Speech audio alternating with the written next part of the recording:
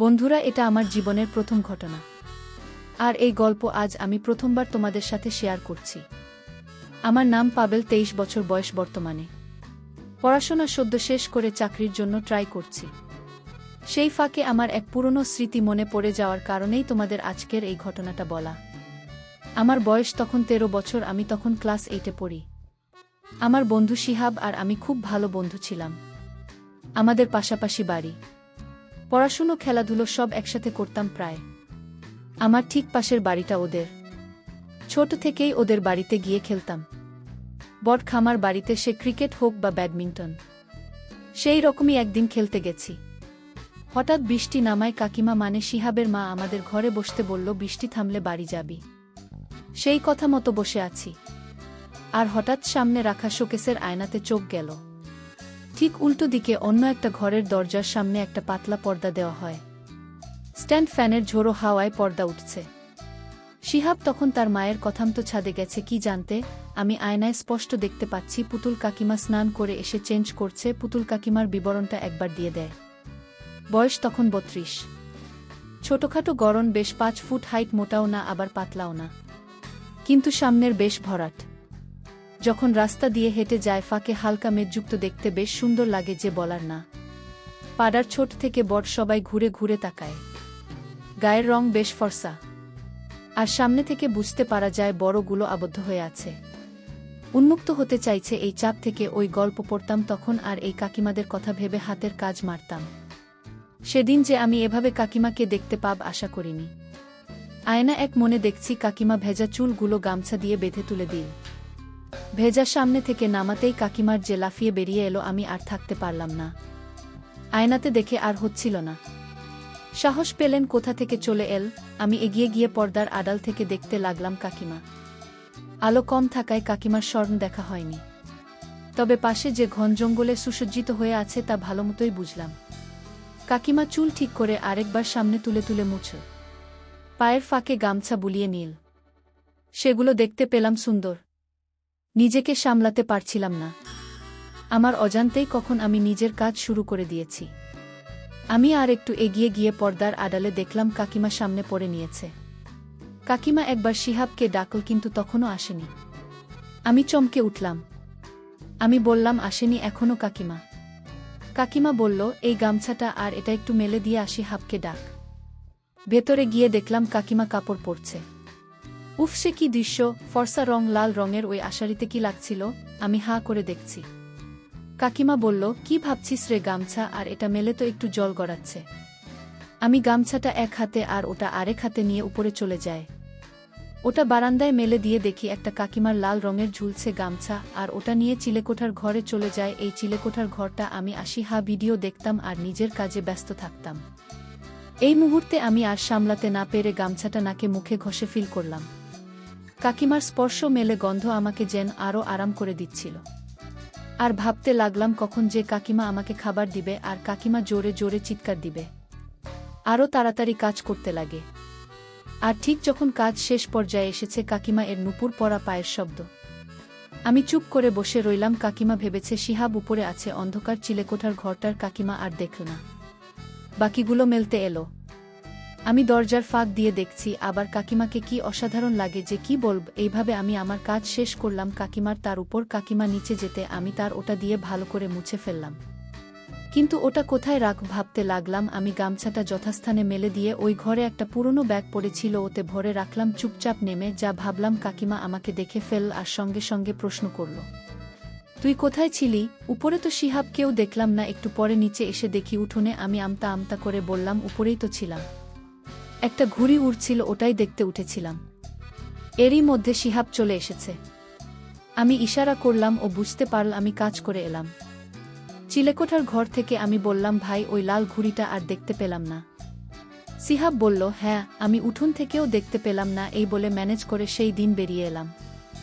শিহাব বলল, আজ তুই একাই উপরে মেরে চলে এলি। অন্যদিন আমি গাড়ি দিতাম, তবে তুই করতিস। আজ এমন কি দেখে নিই যে একেবারে আমাকে না বলেই চিলেকোঠা। আমি হাসতে হাসতে বললাম, তোর মাকে দেখিয়ে বোকা। শিহাব বলল, তবে রে হারামি, কিস্তি দিয়ে আমার মাথায় একটা জোর গাঁটটা মারল। আমি এমনি ওকে ওর মায়ের নিয়ে উল্টোপাল্টা বলে রাখতাম। আমি আস্তে করে বললাম তোর মাকে দেব, এই বলে দৌড়ে পালিয়ে এলাম। বাড়ি এসেও আমি শুধু ভেবে যাচ্ছি কাকিমার অস্বাভাবিক সুন্দরগুলো, এইভাবে ভেবে কয়েকদিন হাতের কাজ ভালো চল। আমি আমাদের বাড়ির ছাদ থেকে ওদের উঠোনে নজর রাখতাম। ওদের বাচ্চা ঘরটা উঠোনের এক কোণে, আমাদের ছাদ থেকে স্পষ্ট দেখা যায়। স্নান করে ঘরে ঢোকার অল্প সময়ের কাকিমাকে দেখে আর যেন হচ্ছিল না। একদিন টার্গেট নিলাম, কাকিমা ঠিক স্নান করে বেরিয়ে আসার সময় ওদের বাড়ি যাব। এক ছুটির দিন, যেমন ভাবনা তেমন কাজ। শিহাব যে বাড়িতে নেই আমি জানি, ওর পিসির বাড়ি গেছে। কাকিমা স্নান করতে গেল দেখলাম। স্নান করে যে বেরোর বাচ্চার ঘর থেকে আমি দৌড়ে ওদের বাড়ি গেলাম। মেন দরজা খোলাই ছিল। আমি শিহাবের নাম ধরে ডাকলাম। কাকিমা বলল, কে পাগল? আমি বললাম, হ্যাঁ কাকিমা, শিহাব বাড়িতে নেই। কাকিমা বলল, না, ও তো ওর পিসির বাড়ি গেছে। কিছু বলছিলিস? আমি আস্তে আস্তে পা ফেলে এগোলাম। আমি বললাম, তোমাদের টিভিটা একবার দেখ, নিকেলোডিয়ান চ্যানেলটা চলছে কি না, আমাদের টিভিতে চলছে না। কাকিমা বলল, আমি চেঞ্জ করছি, একটু দাঁড়া। আমি আরও জোরে জোরে পা ফেলে ঢুকে গেলাম। কাকিমা কিছুটা বিরক্ত চোখে, ভেজা গামছাটা শুধু সামনে নিয়ে আর সামনের অংশটুকু ঢাকা দিতে পেরেছে। ঘুরে পাশের ঘরে ঢুকতে গিয়ে কাকিমার ভেজা গামছা এর ফাঁক থেকে উকি মারছে। আমি একটু দেখে চোখ নামিয়ে নিলাম। খুব ভয় লাগছিল, যদি কিছু বলে। আমি সঙ্গে সঙ্গে বেরিয়ে যাচ্ছিলাম। কাকিমা বলল, আমি ঘরে চলে এলাম, তো যা, চালিয়ে দেখে নেয়। আমি শোকেসের উপরে রাখা টিভিটা চালালাম আর বললাম, হ্যাঁ দেখা যাচ্ছে। আমি একটু দেখব এই কার্টুন শোটা। কাকিমা বলল, হ্যাঁ দেখ। আমি টিভি চালিয়ে আস্তে আস্তে ওই ঘরের পর্দার আড়ালে আমি এক চোখ টিপে কাকিমার দেখতে লাগলাম।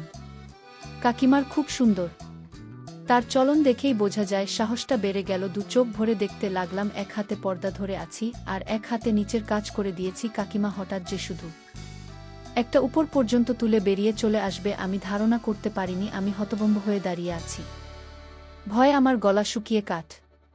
কাজটা একটু হয়েছে। কাকিমা চোখ বড় বড় করে আমার কান ধরে বলল, কি দেখছি? অসভ্য ছেলে, থাপ্পড় মেরে ঢ্যামনামো বার করে দেব, দেখবি।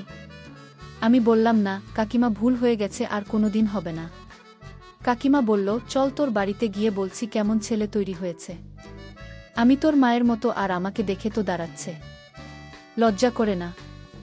আমি বললাম, ভুল হয়ে গেছে, আর কোনো দিন এরকম করব না, এবারের মতো ক্ষমা করে দাও। কাকিমা বলল, কতদিন ধরে চলছে এইসব? ছাদ থেকে আমার দেখার জন্য উকি মারিস, বেয়াদব কোথাকার। আমি বললাম, না কাকিমা, ভুল হয়ে গেছে, প্লিজ ক্ষমা করে দাও। কাকিমা বলল, আজ 1 মাস ধরে আমি লাল ওটা খুঁজে পাচ্ছিলাম না। কাল চিলেকোঠার ঘরটা পরিষ্কার করতে গিয়ে পাই। আমি তো শিহাবকে সন্দেহ করছিলাম, ভাবছিলাম কেমন দেওয়ার ছেলের জন্ম দিয়েছি, আমায় ওটাতে কাজ করে মুছে রাখছে। ওটা কি তোরই কাজ? আমি কাপা গলায় বললাম, হ্যাঁ। কাকিমা বলল, আমাকে দেখে মারছিস? ছিছি, কদিন ধরে দেখছিস আমাকে এরকম লুকিয়ে লুকিয়ে? আমি বললাম, সেদিন একবার, আজ একবার। কাকিমা বলল, দাঁড়া, তোকে ভালো করে দেখায়, দেখি তোর কেমন দাঁড়ায়। এইটুকু ছেলে, এত সাহস! এই বলে কাকিমা পুরো সম্পূর্ণ হয়ে দাঁড়িয়ে গেল। আমি হাঁ করে তাকিয়ে আছি। হিট বেঞ্জিন ফেটে যাবে এমন ধু ধু করছে ভয়ে। এদিকে কাকিমার পাশে ভরা জঙ্গল দেখে আমার ইচ্ছে হলো। আমি দেওয়ালে পিঠ ঠেকিয়ে দাঁড়িয়ে আছি। কাকিমা বলল, নে দেখতো রে, ইচ্ছে ছিল তো, ভালো করে দেখ, লুকিয়ে লুকিয়ে আর কতটুকুই বা দেখেছিস, তোর তো খুব সাহস। দাঁড়াচ্ছে এখনো, কাজ করে দেখি নে, তুই কেন কষ্ট পাস, ভালো করে দেখ আমাকে আর কাজ করো। আমি এই কথাগুলোতে যেমন ভয় পাচ্ছিলাম তেমন আরও আগ্রহ ছিল। আরও কাজ করতে লাগলাম। কাকিমা বলল, এইটুকু ছেলের সাইজ করে নিয়েছি 7 ইঞ্চি। আমার দেখে এবার যে কিছু হচ্ছে তাই আমি কাজ করে দিব। আমি আর পারলাম না, একটা কাজ ধরলাম। আমি সেই দিন প্রথম কোনো ওইভাবে হাত দিলাম। সেদিন জীবনের প্রথম এ কাজ করলাম। তারপর বাড়ি এসে শিহাবকে ফোন করলাম, খবর নিলাম ওর। গর্বের সাথে তোর নেই বলে ফোনটা কেটে দিলাম। পরে গিয়ে আরও ফোন করুন, কিন্তু আমি আর ধরলাম না। সেদিন ওইভাবে পুতুল কাকিমার সাথে আমার সম্পর্কটা আমাকে অনেক কিছু শিখিয়েছে। এতদিন শুধু নিজের কাজ করতাম আর ভাবতাম অন্যের সাথে কেমন লাগে। প্রথমবার এই যে আমি সব কিছু পেয়ে যাবে আশা করিনি। আসলে আমি যেদিন জীবনে প্রথম বাংলা গল্পের বই পড়ি, এরকম মধ্যবয়স্কা মহিলার সাথে আমার মতো কমবয়সী এক ছেলের গল্প, এই প্রথম ভিডিও দেখেছিলাম। আর সেদিন থেকে আমি আমার বন্ধু শিহাবের মাকে ভেবে মারতে শুরু করি। কোনোদিন ভাবতে পারিনি আমি পুতুল কাকিমাকে এভাবে কয়েকদিনের মাথায় দিয়ে আমার কাকিমাতে পরিণত করব। এই ঘটনার পরে আমার শিহাবের বাড়ি যাওয়াটা খুব বেড়ে গেল। কাকিমা আমাকে একা পেলেই আমার নিচে হাত দিয়ে জিজ্ঞেস করত, ছোট্ট পড়েছিস তো, নইলে দেখিস আমার কাছে আসলে তোর কেউটে সাপ গোখরো হয়ে যাবে। আমি লজ্জা পেলে উত্তরে একটা খিস্তি করে একবার হাত বুলিয়ে কাকিমার একটা সজোরে মরে যেতাম। এরকম কাকিমা আমাদের বাড়ির গল্প করতে আসত। আমার মা জেঠিমাদের সঙ্গে উঠোনে বসে গল্প করত। আমি বারান্দায় বসে ছবি আঁকতাম আর কাকিমাকে দেখতাম। চোখাচোখি হলে চোখ মেরে দিতাম। হাতের ইশারায় বলতাম একবার দাও, কাকিমাও সবার চোখের আড়ালে খেয়ে দেব ইশারা করে বলে দিত। আমাকে দেখিয়ে দেখিয়ে সামনে থেকে সরিয়ে দেখিয়ে ইশারা করে মরতে দেবে বুঝিয়ে দিত। উঠে আসতো, কই দেখি কি আছি বলে দিয়েছে, আমি কাছে বসে পড়ত। মা জেঠিমাদের দিকে পিঠ করে আমার আঁকার খাতা দেখার বাহানা করে বসে পড়ত আর বলতো আমার এই আঁকাগুলো দেখতে খুব ভালো লাগে, আর আমি সামনে থেকে দিতাম। ভেতরে জোড়া টুপি পরে আসতো না। কাকিমা ইচ্ছে করে কয়েকটা পাতা উল্টানোর ফাঁকে আমি একটু শান্ত হতাম। গল্পের ছলে বলে দিত কখন ঘর ফাঁকা, আমি সেই মতো ঠিক ওদের বাড়ি ঢুকে যেতাম। এরকমই একদিন বলে উঠল ছেলেটার শরীরটাও খারাপ, জ্বর আসবে মনে হচ্ছে, আর ওর বাবাও বাড়িতে থাকবে না। আমি জিজ্ঞাসা করলাম কি হয়েছে ওর। কাকিমা বলল যাবি, বিকেলে দেখে আসবি, ওরও ভাল লাগবে। আমি বললাম হ্যাঁ কাকিমা, আমি যাব, মনে মনে বুঝে গেলাম। আজ আরেকবার আমি দিতে পারব বোধহয়, যেমন কথা তেমন কাজ। বিকেলে গেলাম ওদের বাড়ি। শিহাবের ভারী জ্বর। ওকে তো বললাম চল খেলবে একটু। কাকিমা আদুরে গলায় বলল না, আজ কোনো খেলা না শিহাব, তুই রেস্ট করো। আমি বললাম বেশ তাহলে আসি ভাই, তুই রেস্ট করো। এই বলে ওই ঘর থেকে বেরিয়ে এলাম। কাকিমা বলল একটু চা খেয়ে যা আর রান্নাঘরে। আমি কাকিমার পিছু পিছু রান্নাঘরে গিয়ে পর্দাটা ফেলে দিলাম আর আমি দৌড়ে গিয়ে কাকিমাকে পিছন দিক থেকে ধরলাম। আমি বললাম আমি আর চা খাব না। কাকিমা বলল তাহলে কি খাবি? আমি বললাম তোমাকে খাব বলে কাকিমার সামনের খাবার মুখে নিলাম আর খেতে লাগলাম। কাকিমা আমার চুলের মুঠি ধরে আমাকে তার খাবার মুখে গুজে দেওয়ার চেষ্টা করছে। কাকিমা বলল আমাকে যে দেখে তোর ক্ষুধা বেড়ে যায়, এটা আমি তোর চোখের চাউনি দেখে বুঝতে পেরেছি। আমার টুকরো নিয়ে কতবার কাজ করেছিস? আমি বললাম অনেকবার, সেই দিন শুরু হয়েছে, তারপর অগুন্তি বার। তোমার কথা মনে হলেও আমার কাজের শক্তি বেড়ে যায়। তুমি জানো শিহাব ওই চুক্তিতে কাজ করে পরিষ্কার। কাকিমা আমার গালে একটা ছোট্ট চোখ বসিয়ে বলল শিহাব জানে যে ওর মায়ের টুকরিতে কাজ করেছে? আমি বললাম না, ওকে বলেছি আমি চুরি করে এনেছি পাশের বৌদির। কাকিমা বলল বোকা, তুই আমার ছেলেকে মা ভক্তবালাবি মনে হচ্ছে। আমি বললাম না গো কাকি, তুমি আমার কে হও? তুমি আমার সাথে আরও হলো সাথীর ছেলে। কাকিমা হাসতে হাসতে বললাম সাথী তাকে বানানো শুনি, তুই তো আমাকে এরকম সাথী বাঙালি। আমি শুনে লজ্জায় লাল হয়ে গিয়ে আরও জোরে জোরে কাকিমার খাবার খেতে শুরু করলাম। কাকিমা বলল এই বোকা, আমি তো সাথী, তাহলে স্বাদের খাবার খাচ্ছিস কেন? আমি বললাম তুমি তো আমার কাকিমা, মায়ের মতো খাবার তো খেতেই পারি।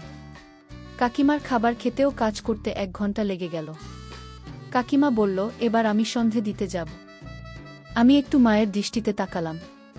কাকিমা আমার কপালে হামি খেয়ে বলল আজ বাড়ি যা। আমি বললাম একদিন তোমার সাথে ঘুমাব। কাকিমা বলল রাতে আমি কাছে থাকব, একদিন সেই ব্যবস্থা করছি, দেখ কত ভালোবাসিস আমাকে।